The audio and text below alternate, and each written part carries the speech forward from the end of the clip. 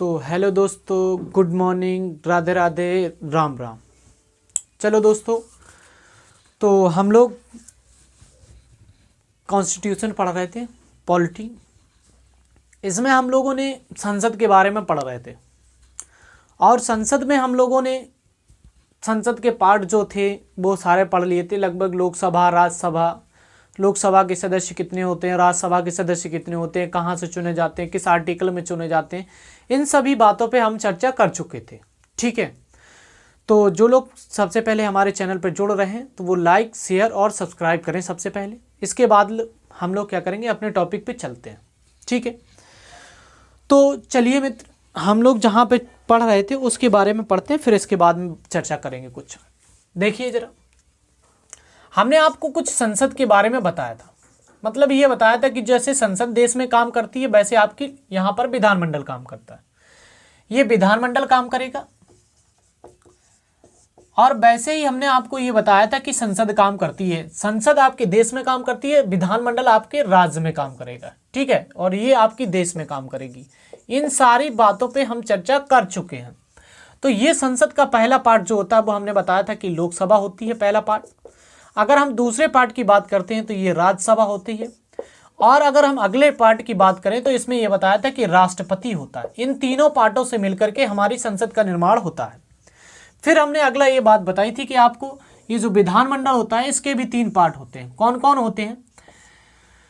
एक आपका बताया था विधानसभा होती है, विधानसभा होती है। दूसरा पार्ट बताया था विधान परिषद होती है, विधान परिषद होती है।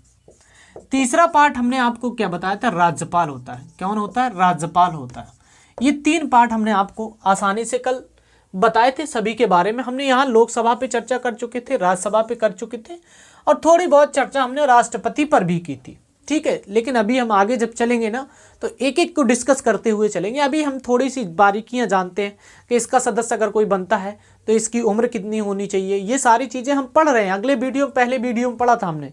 पहला लेक्चर जो था, फर्स्ट वीडियो जो संविधान का था, उसमें हमने इन सारी चीज़ों को पढ़ा था। फिर दूसरा, तीसरा, इस तरीके से हम लोग आगे की ओर चल रहे हैं संसद में। तो कहने का मतलब है कि आज हम लोगों को विधानसभा और विधान परिषद के बारे में पढ़ना है। मतलब अगर हम विधानमंडल की बात करें तो हमने ये बताया था कि विधानमंडल जो है वो 28 राज्यों में है। कितने राज्यों में? 28 राज्यों में है विधानमंडल मिलेगा। और आपके जो 3 केंद्र शासित प्रदेश होते हैं, इन 3 केंद्र शासित प्रदेशों में भी हमें विधानमंडल देखने को मिलता है। ठीक, तो कौन कौन से आपके केंद्र शासित प्रदेश हैं? तो देखें, आपका एक दिल्ली मिलेगा जहां पर आपको कह सकते हैं कि विधानमंडल मिलेगी। इसके बाद में दूसरा आपको मिलेगा पांडुचेरी। पांडुचेरी जो है, पांडुचेरी में भी आपका विधानमंडल मिलेगा। इसके बाद आपको जम्मू कश्मीर, जम्मू कश्मीर भी आपका क्या है, जम्मू कश्मीर भी आपका एक केंद्र शासित प्रदेश बन गया। तो इन तीनों जगह पर अब आपका क्या मिलेगा? विधानमंडल मिलेगा। कहने का मतलब ये है दोस्त कि यहाँ पर भी आपका मुख्यमंत्री बनता है, यहाँ पर भी मुख्यमंत्री बनता है, और यहाँ पर भी मुख्यमंत्री बनता है। और आपके जो 5 और अन्य बचते हैं, कौन? केंद्र शासित प्रदेश। 5 केंद्र शासित प्रदेश जो बचते हैं, या कह सकते हैं यूनियन टेरिटरी, इन पर आपके किसी भी प्रकार का कोई भी मुख्यमंत्री का पद नहीं होता है। तो फिर यहाँ पर कौन होता है? तो यहाँ पर आपके उपराज्यपाल ही शासन करता है। उपराज्यपाल ही शासन करता है। कहाँ पे? राज्य में, मतलब केंद्र शासित प्रदेशों में। हालांकि उपराज्यपाल यहाँ भी मिलता है आपको, इन तीनों जगह भी उपराज्यपाल मिलेगा, राज्यपाल नहीं होता है यहाँ पर। ठीक है, मतलब केंद्र शासित प्रदेशों में आपको राज्यपाल नहीं मिलता है, उपराज्यपाल मिलता है। हो सकता है आपको कई जगह पर इन केंद्र शासित प्रदेशों में आपको प्रशासक मिले, आपको प्रशासक देखने को मिलेगा उपराज्यपाल की जगह पर। हालांकि ये राज्यपाल के ही बराबर की शक्ति रखता है, ये भी उपराज्यपाल के बराबर। कौन? प्रशासक। तो कई केंद्र शासित प्रदेशों में आपका प्रशासक ही काम संभालता है। ठीक, इसे भी एक कैबिनेट मंत्री के पद का दर्जा होता है, जो एक आसानी से शासन यहाँ कर रहा होता है। कहाँ पर? केंद्र शासित प्रदेश या यूनियन टेरिटरी में। ठीक, बात तो समझ में आ गई होगा आपको। तो इन 3 केंद्र शासित प्रदेशों में विधानमंडल है, और 28 राज्य जो हैं वहाँ पर भी विधानमंडल उपस्थित है। लेकिन याद रखें, सभी जगह विधानमंडल द्विसदनात्मक नहीं है। कहीं कहीं एक ही सदन है विधानमंडल का। तो उसके बारे में अभी हम हाल चर्चा करते हैं कि कितने राज्य हैं जिनमें आपकी विधान परिषद उपस्थित है और अन्य राज्यों में विधान परिषद उपस्थित नहीं है। तो देखिए जरा, कितने राज्यों में आपकी विधान परिषद मिलती है, तो देखें जरा। तो इसकी एक ट्रिक याद रखते हैं विधान परिषद के बारे में। तो हम लोग याद रखते हैं क्या, KUMBTARU, कुंभतारू। ठीक, हालांकि अगर आप नेट पे सर्च करेंगे तो आपको 6 राज्यों में विधान परिषद देखने को मिलेगी, लेकिन हुआ क्या है कि कुछ राज्यों में अभी हाल ही में विधान परिषद का गठन किया गया है।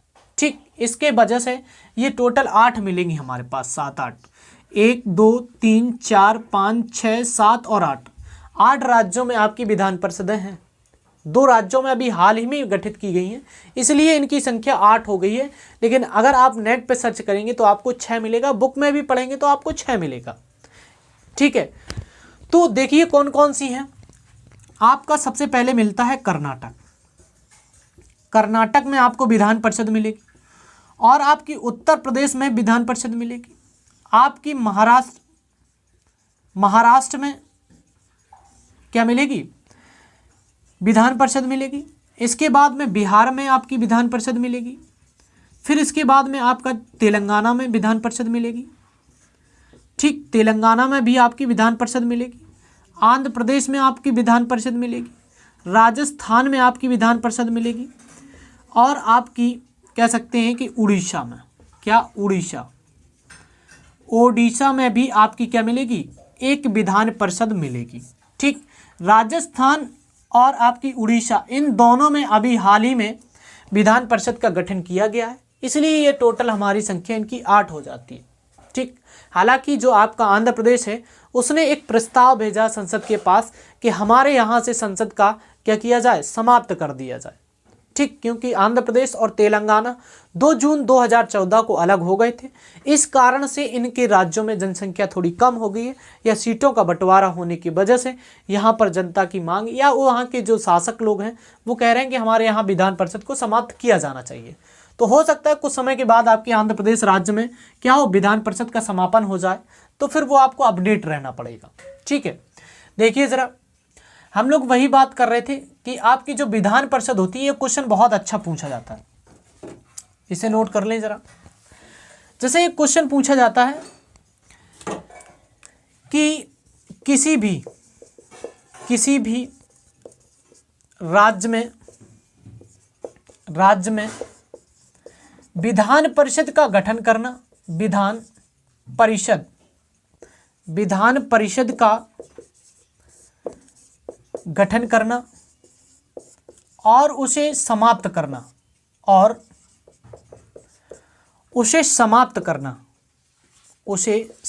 करना किसके अधिकार क्षेत्र में आता है, किसके अधिकार क्षेत्र में आता है। ठीक, तो आपको ऑप्शन देगा राष्ट्रपति, संसद, प्रधानमंत्री, ठीक, और राज्यपाल। इस तरीके के आपसे क्वेश्चन 4 ऑप्शन देता है, तो आपको बताना होता है कि कौन इसे समाप्त कर सकता है और गठित कर सकता है, किसे, विधान परिषद को। तो याद रखना दोस्त, इसका आंसर क्या होता है, संसद सही होता है। किसी भी राज्य में विधान परिषद को गठित करना और समाप्त करने का अधिकार किसके पास होता है, संसद के पास होता है। ठीक, तो ये आपको क्या करना, याद रखना। ये बहुत ही क्वेश्चन पूछा गया है, सबसे ज़्यादा क्वेश्चन अगर विधान परिषद से बनता है तो यहीं से क्वेश्चन बनता है। ठीक, तो इसे नोट कर लें। ठीक, आसानी से इसका स्क्रीनशॉट ले सकते हैं आप। चलिए अब हम लोग आगे की ओर बात करते हैं। जैसे हम लोग बात कर रहे थे, अब हम लोग एक एक करके विधानसभा के बारे में पढ़ते हैं। देखिए, अधिकांशतः हम लोग कहाँ रहते हैं, उत्तर प्रदेश में, तो उत्तर प्रदेश की ही हम विधानमंडल को पढ़ेंगे। अन्य राज्यों की विधानमंडल हमसे नहीं पूछी जाती, क्योंकि हम अन्य राज्यों का एग्जाम नहीं दे रहे होते। ठीक, तो बात समझ में, कहने का मतलब ये है कि हमें किस राज्य का विधानमंडल पढ़ना है, उत्तर प्रदेश का विधानमंडल पढ़ना है। तो हम लोग उत्तर प्रदेश के विधानमंडल के बारे में पढ़ते हैं। देखिए जरा, तो उत्तर प्रदेश की अगर हम विधानमंडल की बात करते हैं तो सबसे पहले हमारे पास आती है कि विधानसभा जो है, विधानसभा में उत्तर प्रदेश की सीटें कितनी हैं। लेकिन आपसे यहाँ से क्वेश्चन ऐसी भी बनता है कि अधिकतम सीटें किसी भी राज्य की विधानसभा में कितनी हो सकती हैं। ठीक, तो आपसे अगर पूछा जाए कि उत्तर प्रदेश की अधिकतम विधानसभा में अधिकतम सीटों की संख्या कितनी हो सकती है, तो याद रखें अगर आपसे कहा जाए कि अधिकतम विधानसभा की सीटें कितनी हो सकती हैं, तो आपको लिखना है 500। कितनी हो सकती है? 500। मतलब विधानसभा की सीटों की संख्या किसी भी राज्य में कितनी होगी? 500 होगी। अगर इससे अधिक होती है विधानसभा की सीटें तो क्या होगा? उस राज्य को 2 टुकड़ों में तोड़ दिया जाएगा। बात समझ में आई? कहने का मतलब अगर किसी भी राज्य में 500 से सीटें से अधिक होती हैं तो उस राज्य के 2 भागों में कर दिया जाएगा। मतलब वहां पर 2 मुख्यमंत्री उपस्थित होंगे और उनके अलग अलग नामों से जाना जाएगा।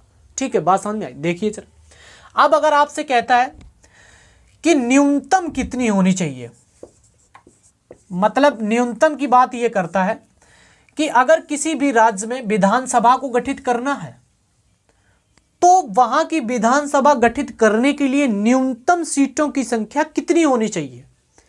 समझ में आई बात? ये याद रखना, यहां से दोनों क्वेश्चन बनते हैं ऐसे। देखिए, किसी भी राज्य में अधिकतम सीटें कितनी हो सकती है? तो 500। लेकिन न्यूनतम सीटें कितनी होनी चाहिए जब किसी भी राज्य में विधानसभा का गठन किया जाएगा? देखिए दोस्त, सीधा सीधा कॉन्सेप्ट है। क्या कि मान के चलिए हमारा उत्तर प्रदेश में बहुत सारे ऐसे नगर हैं, या अभी भी मायावती सरकार आई थी तो उन्होंने उत्तर प्रदेश को 4 भागों में बांटने का प्रस्ताव संसद के समक्ष रखा था कि उत्तर प्रदेश के 4 भागों में बांटा जाए। ठीक, 2013 में रखा गया था ये प्रस्ताव। लेकिन हुआ क्या कि उनकी सरकार गिरी और वहां पे संसद से पारित नहीं हो पाया, तो इसका नकार दिया गया, फिर इसको आगे नहीं बढ़ाया गया। लेकिन बात ऐसी है ना कि हमारे कहने का मतलब है कि अगर मान के चलिए हमारा कानपुर है और कानपुर की जनता ये कहती कि हमें उत्तर प्रदेश से एक हट करके एक अलग राज्य बनाना है, हमें एक कानपुर प्रदेश बनाना है अपना, तो हमारे यहाँ एक अलग मुख्यमंत्री बनेगा। अगर इस तरीके की कानपुर की जनता क्या करती है? मांग करती है, तो सरकार ये देखेगी, मतलब संसद ये देखेगी क्या इसकी विधानसभा की सीटें गठित करने के लिए इसके पास पर्याप्त सीटें हैं।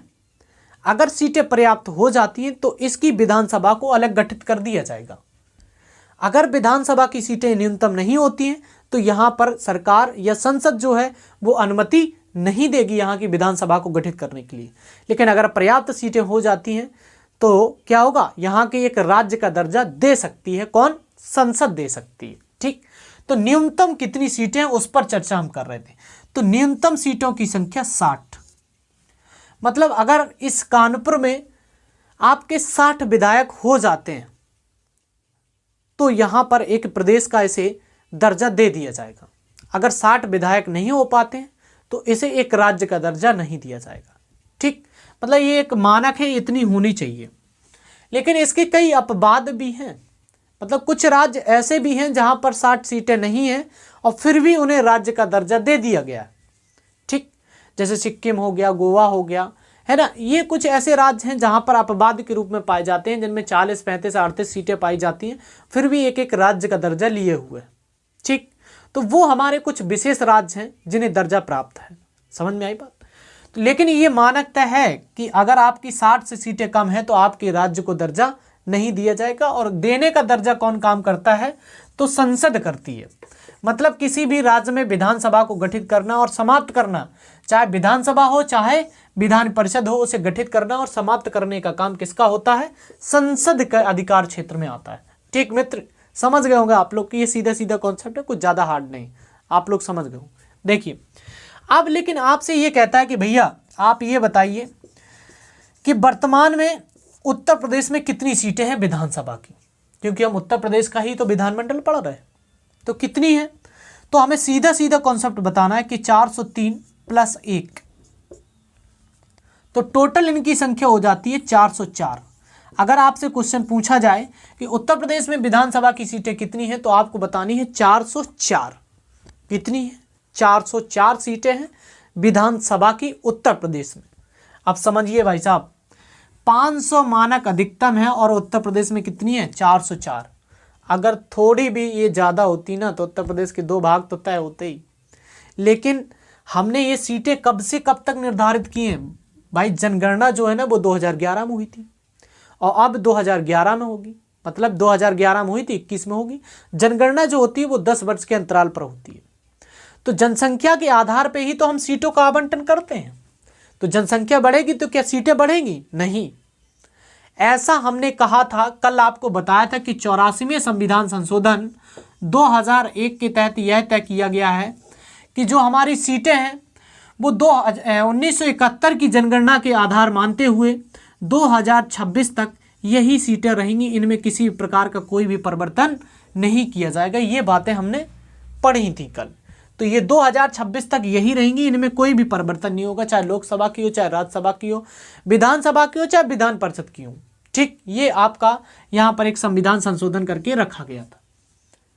तो हमारी उत्तर प्रदेश में टोटल सीटों की संख्या कितनी है? 404।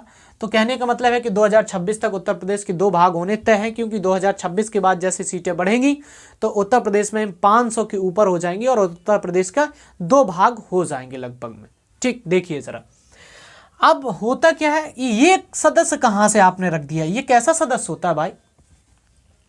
तो याद रखना मित्र, ये एक सदस्य वही है जिसकी हम बात कर रहे हैं, किसकी? एंग्लो इंडियन की। कौन होता है ये एक सदस्य? आंग्ल भारतीय होता है। अच्छा, आंग्ल भारतीय है तो क्या राष्ट्रपति मनोनीत करेगा इसे? तो ये मनोनीत किया जाता है। और कौन करता है मनोनीत? मतलब इसे मन से नीता गया है, कहने का मतलब है कि इसे मन से निमंत्रण दिया गया है, ये कहीं निमंत्रण लेके नहीं आया। मतलब ये इसका निर्वाचन नहीं हुआ, इसे अपनी इच्छा के अनुसार विधायक के पद पर बैठाला गया। बैठाला किसने है भाई? यहाँ हमने ये पढ़ा था कि लोकसभा में जो है ना, राष्ट्रपति 2 सदस्यों को मनोनीत करता है, ये एंग्लो इंडियन होते हैं। फिर हमने ये पढ़ा था कि राज्यसभा में 12 सदस्यों को राष्ट्रपति मनोनीत करता है, और ये कैसे होते हैं? किसी भी समाज सेवी संस्था से हो सकते हैं, कला साहित्य विज्ञान व खेल के क्षेत्र से हो सकते हैं। लेकिन एक क्षेत्र था जिससे नहीं होते थे। कौन सा क्षेत्र था? अर्थशास्त्र का क्षेत्र था, जिससे इनसे नहीं चुना जाता। ये आपके 2 सदस्य अनुच्छेद 331 के तहत मनोनीत करता है राष्ट्रपति, और 12 सदस्यों को 80 के फर्स्ट के तहत मनोनीत करता है। लेकिन जब हम बात करते हैं यहाँ पर, तो यहाँ पर कौन मनोनीत करता है? तो राज्यपाल मनोनीत करता है। कौन करता है? राज्यपाल एक सदस्य को मनोनीत करता है, क्योंकि राज्य का जो प्रमुख होता है वो कौन होता है? राज्यपाल होता है। और ये एक सदस्य को मनोनीत करने का काम राज्यपाल ही करेगा। ठीक, बात समझ में आ गई होगी आप लोगों को? तो देखिए जरा, एक सदस्य को मनोनीत तो किया, किस आर्टिकल के तहत मनोनीत किया? तो याद रखना दोस्त, अनुच्छेद की बात करते हैं तो अनुच्छेद जो मिलेगा आपको वो कौन सा मिलता है? 333 के तहत जो होता है वो आपका कह सकते हैं राज्यपाल एक सदस्य को मनोनीत करता है। और कहाँ मनोनीत करता है? तो ये आपका मनोनीत करने का काम कहाँ करेगा? ये जाकर के विधानसभा में करता है, और ये एंग्लो इंडियन होता है। ठीक, लेकिन ये एंग्लो इंडियन वाला कॉन्सेप्ट जो है वो समाप्त हो चुका है। कब हो गया है ये समाप्त? तो हमने आपको कल बताया था कि 25 जनवरी 2020 तक ये कॉन्सेप्ट लागू था, लेकिन इसके बाद इन एंग्लो इंडियन व्यक्तियों को स्थान देना सरकार ने बंद कर दिया। ठीक है, चाहे आपकी कहाँ पर लोकसभा में हो, चाहे आपकी विधानसभा में हो, दोनों जगहों ये प्रस्ताव पारित आगे नहीं किया गया, इसलिए ये समाप्त हो गया। अब आपका जो है ना वो एंग्लो इंडियन व्यक्तियों को यहाँ मनोनीत नहीं किया जाएगा आने वाले समय में। ठीक है, क्योंकि हमारे भारत देश में भी ऐसे बहुत सारे समुदाय हैं जिनकी जनसंख्या बहुत कम है। ठीक, तो अब भारत सरकार ये चाहती कि हम अपने देश के ही अल्पसंख्यकों को यहाँ दर्जा देंगे, ना कि एंग्लो इंडियन को। एंग्लो इंडियन जो होता है वो विदेशी होता है। कहने का मतलब है कि एक न एक पति या पत्नी में से कोई एक विदेशी होता है, तो हम उन्हें क्यों दें मान्यता?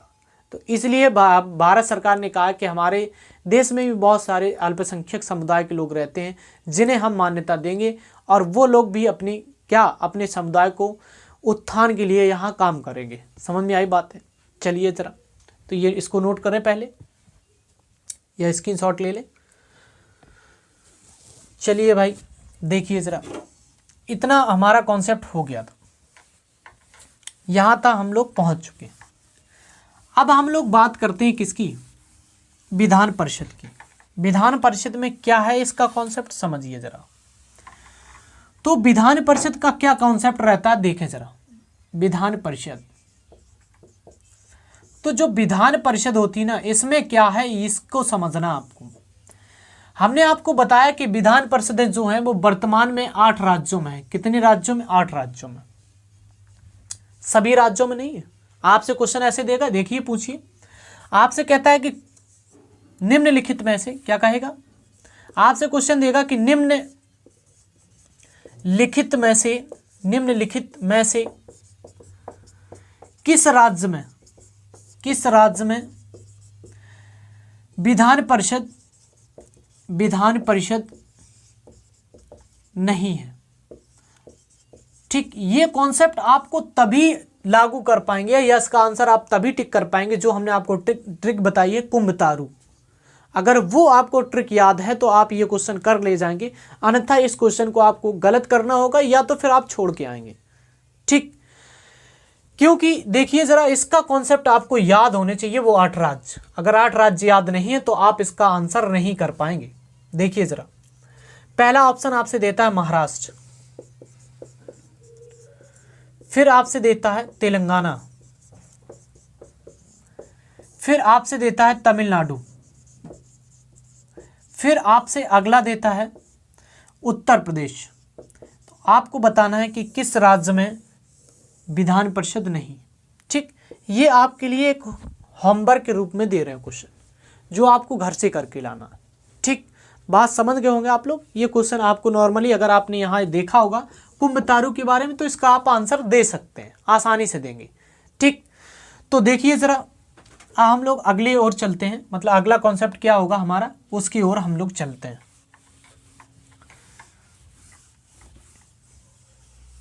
विधान परिषद के बारे में देखें। अगर हम विधान परिषद के बारे में देखते हैं तो आपको ये पूछा जाता है कि अधिकतम सीटें कितनी हो सकती हैं। तो देखें, अगर हम अधिकतम की बात करते हैं, मतलब अधिकतम सीटें विधान परिषद की कितनी हो सकती हैं, ये आपसे क्वेश्चन पूछा जाता है। तो आपको लिखना है कि किसी भी राज्य में अधिकतम सीटों की संख्या 100 होती है। ठीक, किसी भी राज्य की विधान परिषद में अधिकतम सीटों की संख्या कितनी हो सकती है? तो कितनी होगी मित्र? 100 होगी अधिकतम। लेकिन अगर आपसे कहा जाए कि किसी भी राज्य में, मान के चलिए अगर आपसे कहा जाए कि मध्य प्रदेश में विधान परिषद का गठन करना है तो कितनी सीटें न्यूनतम होनी चाहिए, तो आप इसका आंसर क्या देंगे? आप अगर आपसे इस तरीके का क्वेश्चन पूछा जाता है तो आप सीधा सीधा आंसर देंगे क्या, कि न्यूनतम सीटों की अगर संख्या पूछा जाए, मतलब न्यूनतम, जैसे हमने यहां पर पूछा था, किसमें? न्यूनतम की बात विधानसभा में की थी और इसमें न्यूनतम सीटों की संख्या 60 रखी गई थी। लेकिन अगर हम विधान परिषद के बारे में बात करते हैं तो विधान परिषद की न्यूनतम सीटों की संख्या जो होती है वो कितनी हो जाती है? 40। मतलब किसी भी राज्य में अगर विधान परिषद को गठित करना है तो उसमें लगभग में 40 सीटें होनी चाहिए, तभी आप विधान परिषद का गठन कर सकते हैं। ऐसी बातें हैं। ठीक, समझ में आई बात? लेकिन समाप्त कौन कर सकता है या गठित कौन कर सकता है, इसके बारे में भी हमने चर्चा की। कौन कर सकता है? तो आपका कौन करेगा? यहां पर संसद कर सकती है। ठीक, लेकिन अगर आपसे पूछा जाए क्वेश्चन कि उत्तर प्रदेश में वर्तमान में, अगर आपसे कहे कि वर्तमान में उत्तर प्रदेश में किसकी सीटें, विधान परिषद की सीटें कितनी हैं, तो याद रखना दोस्त, कितनी सीटें हैं? 100 सीटें ही हैं। किसमें? विधान परिषद की। लगभग में हम ये कह सकते हैं कि उत्तर प्रदेश में विधान परिषद की सीटें कितनी हैं, तो आपकी कितनी बतानी है आपको? 100 सीटें। ठीक, तो आप इसको नोट करें, देखिए जरा।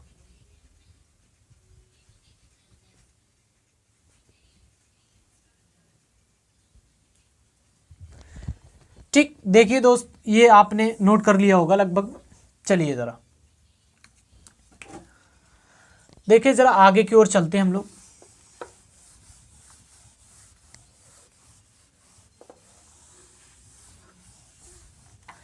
आपसे एक क्वेश्चन पूछा जाता है यहां से। क्या क्वेश्चन पूछा जाएगा? देखें जरा, आपसे एक क्वेश्चन पूछा जाता है। हमने आपसे कहा था कि अगर मुख्यमंत्री का चुनाव लड़ना है तो न्यूनतम आयु कितनी होनी चाहिए? तो सीधी सी बात है, मुख्यमंत्री जो बनता है वो किस सदन से बनता है? विधानसभा से। तो मुख्यमंत्री की आयु जो होती है वो हम लोग लिखते थे 25, 30 और 35, है कि नहीं?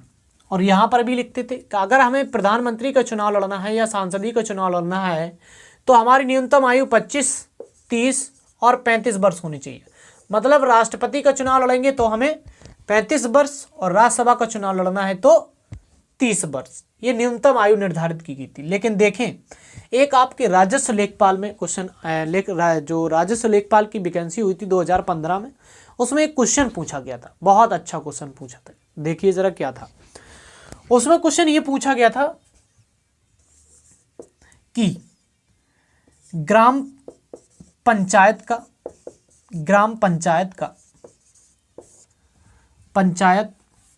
का चुनाव लड़ने के लिए न्यूनतम उम्र सीमा कितनी होनी चाहिए, न्यूनतम उम्र सीमा कितनी होनी चाहिए। ठीक, ये आपसे क्वेश्चन यहां से पूछा जाता है और पूछा गया था आपसे। और इसके ऑप्शन सुनिए, 18 वर्ष, 21 वर्ष, 25 वर्ष और 30 वर्ष, इस तरीके के ऑप्शन में आपको दिए गए थे। समझ रहे बात को?